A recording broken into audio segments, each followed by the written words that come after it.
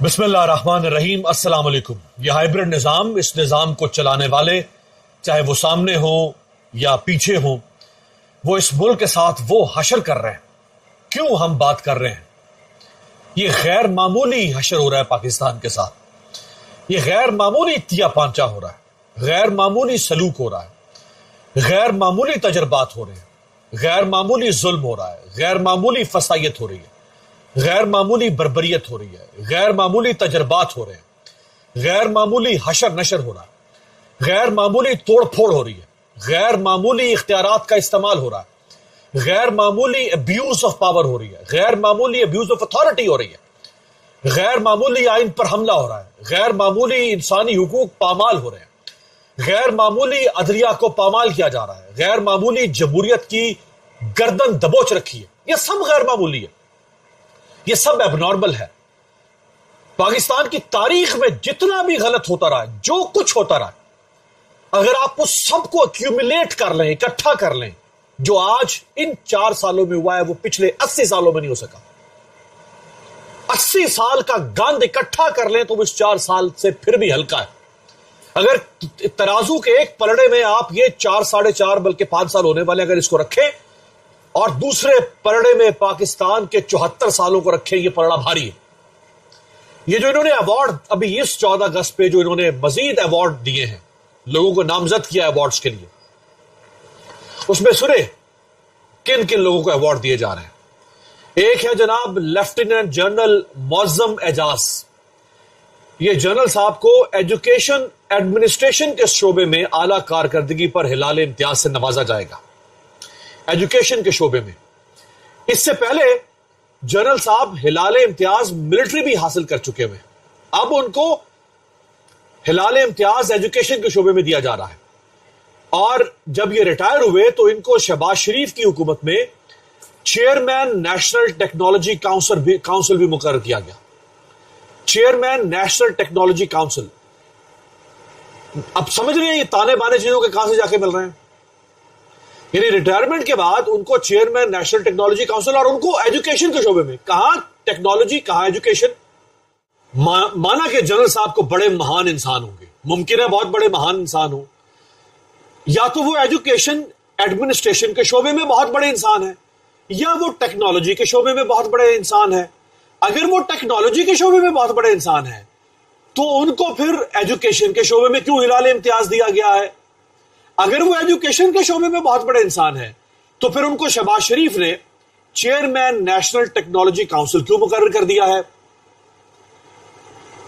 Speaker قومی assembly Ayaz Sadiq کے بیٹے ڈاکٹر محمد علی ایاز کو ایجوکیشن، میڈیکل ایجوکیشن کے شعبے میں اعلیٰ کارکردگی پر تمغہ امتیاز سے نوازا جائے گا، اور ڈاکٹر ہونے کے باوجود ایاز صادق کے بیٹے کو ڈاکٹر ہونے کے باوجود منسٹری آف انرجی نے لیسکو بورڈ آف ڈائریکٹرز کا ممبر بھی بنایا تھا۔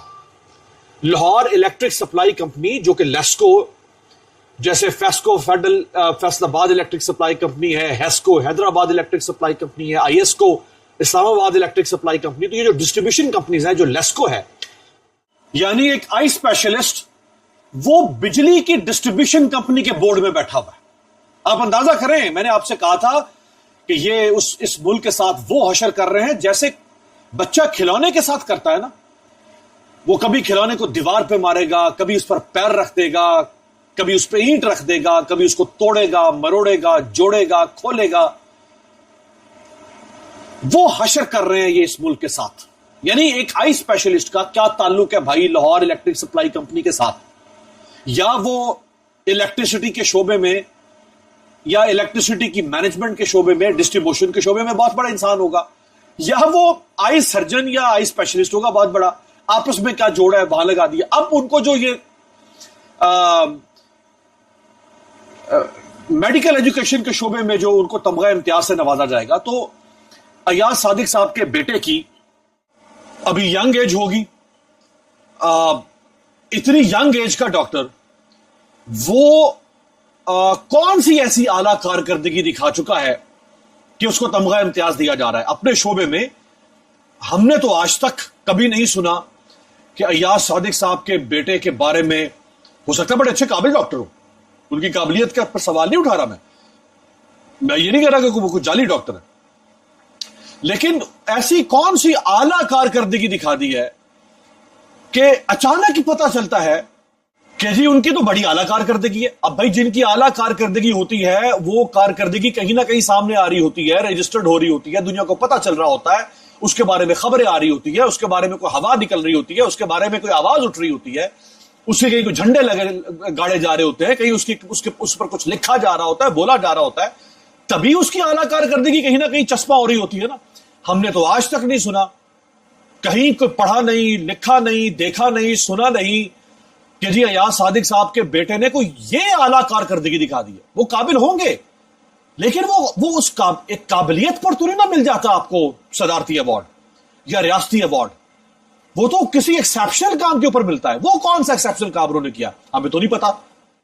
کوئی حرمت نہیں چھوڑی انہوں نے اس تمغے کی جو کہ کئی نسلوں تک یاد رکھا جاتا ہے. جو صدارتی ایوارڈ ہوں یا ریاستی ایوارڈ ہوں، ان کی ایک حرمت، سینکٹٹی ہوتی ہے، تقدس ہوتا ہے. مجھے 2 دہائیاں ہو گئی ہیں صحافت میں 2 چینلز کو ہیڈ کر چکا ہوں.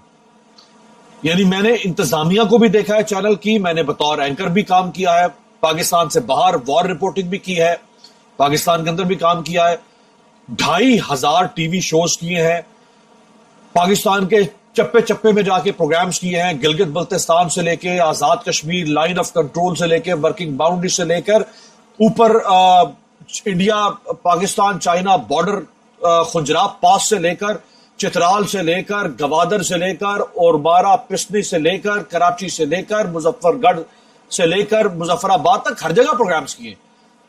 میں اپنے آپ کو کوالیفائی نہیں سمجھتا کہ مجھے ایوارڈ ملنا چاہیے صدارتی.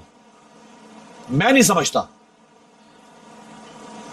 سمجھتا کہ میں اگلے 5 سال بھی ایوارڈ کے لیے، اگلے 10 سال بھی ایوارڈ کے اہل ہوں گا. ابھی میں نے کوئی ایسا ایکسپشنل کام نہیں کیا ہوگا جو میں ایوارڈ کے اعتبار سے بات کروں. میں الحمدللہ میں مطمئن ہوں اپنے کام سے، لیکن میں ایوارڈ کے اعتبار سے بات کروں. کیسے آپ لوگوں کو بانٹے جا رہے ہیں یار؟ آپ کو شرم نہیں آتی دینے والوں کو؟ اور لینے والوں کو شرم نہیں آتی؟ چلے دینے والوں کو کیا شرم آئے گی، اور لینے والوں کو بھی شرم نہیں آتی. محسن نقوی کو بھی جناب نشان امتیاز دیا جائے گا، اور پچھلے سال 14 اگست کو بھی محسن نقوی کو نشان امتیاز دیا گیا تھا، اور اس سال دوبارہ عوامی خدمات کی بنیاد پر اعلیٰ ترین جو سول اعزاز ہے، اعلیٰ ترین نشان امتیاز وہ دیا جائے گا. اور پاکستان کا جو یہ ایوارڈز کا قانون ہے، یہ کہتا ہے کہ جب آپ کسی کو ایوارڈ دیتے ہیں تو پھر 5 سال کے لیے اس کو آپ دوبارہ ایوارڈ نہیں دے سکتے. پھر اگر وہ کسی اور ایوارڈ کا حقدار ہے بھی تو 5 سال کے بعد اس کی باری آئے گی. یہ پاکستان کا قانون ہے. لیکن یہ ایکسیپشنل کیس بنا کر لوگوں کو مسلسل 2-2, 3-3 بار ایوارڈ دے رہے ہیں.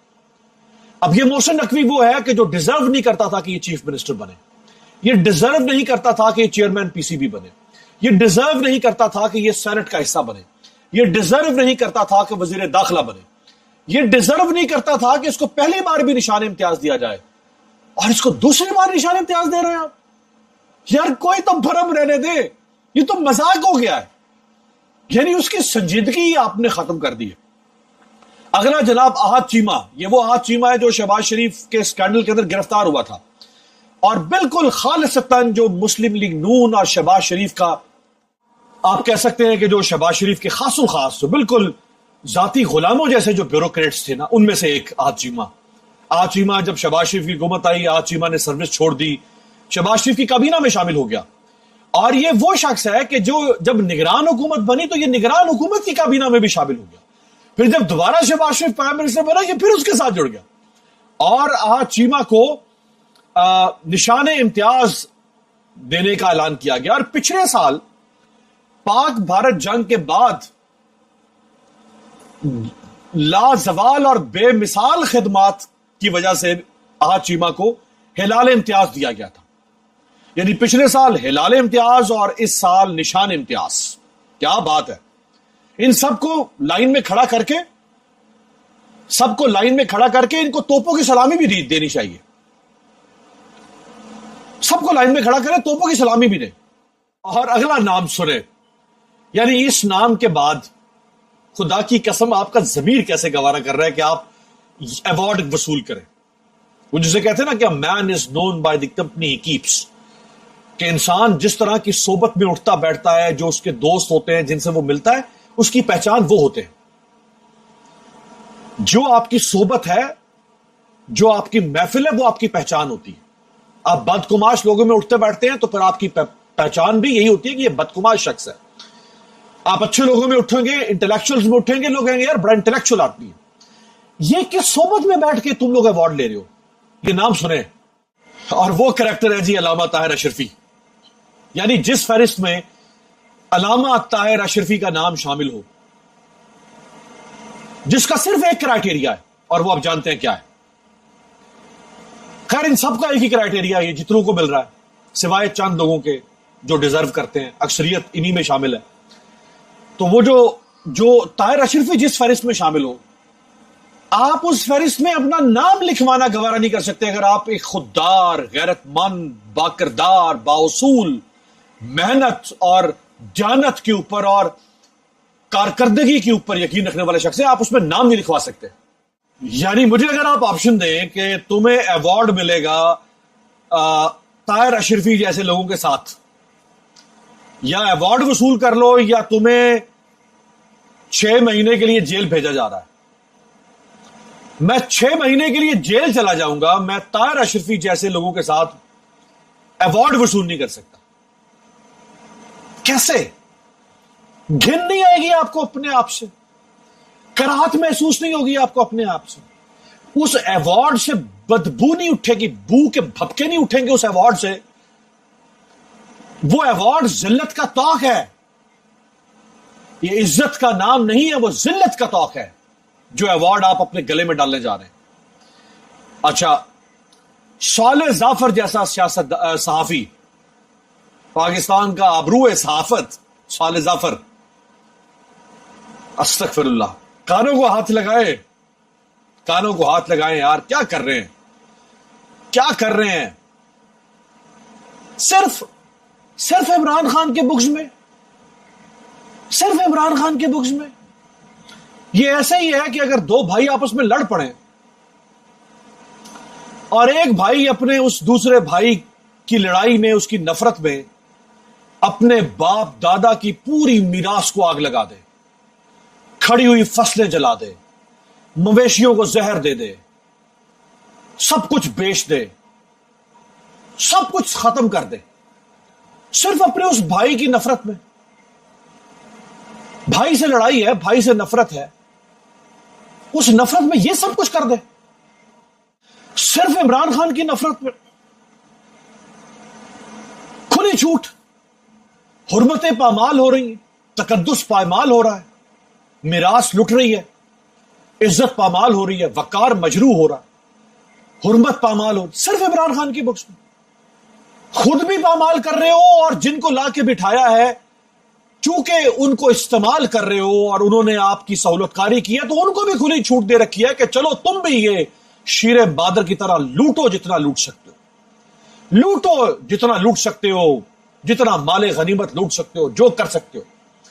شہباز شریف کے ایک اسسٹنٹ کو, جس کی کوئی سیاسی کوئی پتہ نہیں, وہ مجھے تو حیرت ہو رہی ہے یار کہ کیا کر رہے ہیں. یعنی وہ شہباز شریف کا, میں کئی سالوں سے, مطلب 15 سالوں سے میں جانتا ہوں شہباز شریف کا پی آر او ٹائپ کا, وہ فائل پکڑنے والا جو شخص ہوتا ہے نا, طلع برقی, اس کو تمغہ امتیاز سے نوازا جائے گا عوامی خدمات کے اعلی شعبے میں. مجھے 2 دہائیاں ہو گئی صحافت پہ, خدا کی قسم میں نہیں جانتا کہ اس شخص کی کیا عوامی خدمات, کون سی ایکسپشنل سروسز ہیں اس شخص کی, مجھے نہیں پتا. میں چیلنج کر رہا ہوں, میری یہ ویڈیو ہر صحافی تک پہنچائیں اور مجھے بتائیں, پاکستان کے تمام صحافیوں کو دعوت فکر ہے کہ وہ صرف یہ ریکارڈ پہ رکھیں کہ اس شخص کی کیا پبلک ایکسپشنل سروسز بتائیں سوائے شہباز شریف کی سروس کرنے کے علاوہ. حتیٰ کہ عطا اللہ تارڑ کے معاون ہیں, ان کے اسسٹنٹ ہیں تصور عرفات, ان کو جرنلزم میس کمیونیکیشن کی کیٹیگری میں تمغہ امتیاز دیا جائے گا.